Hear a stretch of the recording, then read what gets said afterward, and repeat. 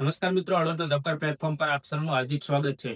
મિત્રો, હળવદ પોલીસે મોટા પ્રમાણમાં ઇંગ્લિશ દારૂનો જથ્થો ઝડપી પાડ્યો છે. જેની વિગત જોવા જઈએ તો હળવદ માળિયા હાઈવે પર જે રામદેવ હોટલ ત્યાં આવેલી છે સુપર પાસે, અને તે રામદેવ હોટલના કમ્પાઉન્ડમાં એક ટ્રક પડ્યો હતો, અને જેની બાતમીના આધારે પોલીસ ત્યાં પહોંચી હતી.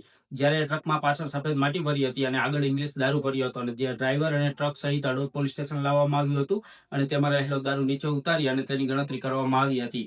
અને તેમાં જોઈએ તો કુલ મુદ્દામાલ છે, જે વિદેશી દારૂ અલગ અલગ બ્રાન્ડ બોટલ, જે એના નંગ છે 4,200 અને 23 જેટલી, જેમાં ઇંગ્લિશ દારૂની બોટલ મળી આવી છે, જેનો મુદ્દામાલની કિંમત જોવા જઈએ તો 4,64,600 નો મુદ્દામાલ થાય છે.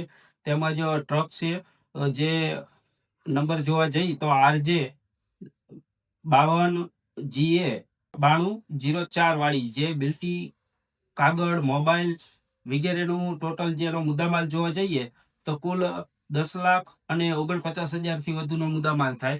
એટલે કુલ કહી શકાય કે હળવદ પોલીસે 15 લાખથી વધુનો મુદ્દામાલ સાથે ઇંગ્લિશ દારૂ ઝડપી પાડ્યો છે. અને એમાં આરોપીની વાત કરવા જઈએ તો નામ થોડું અટપટું છે, પણ નામ જણાવી તો જાન મોહમ્મદ અબ્દુલ રશીદ મેવ, મુસ્લિમ, રહે નિમલી, તાલુકો તિજારા, જિલ્લો અલવર અને રાજ્ય રાજસ્થાન.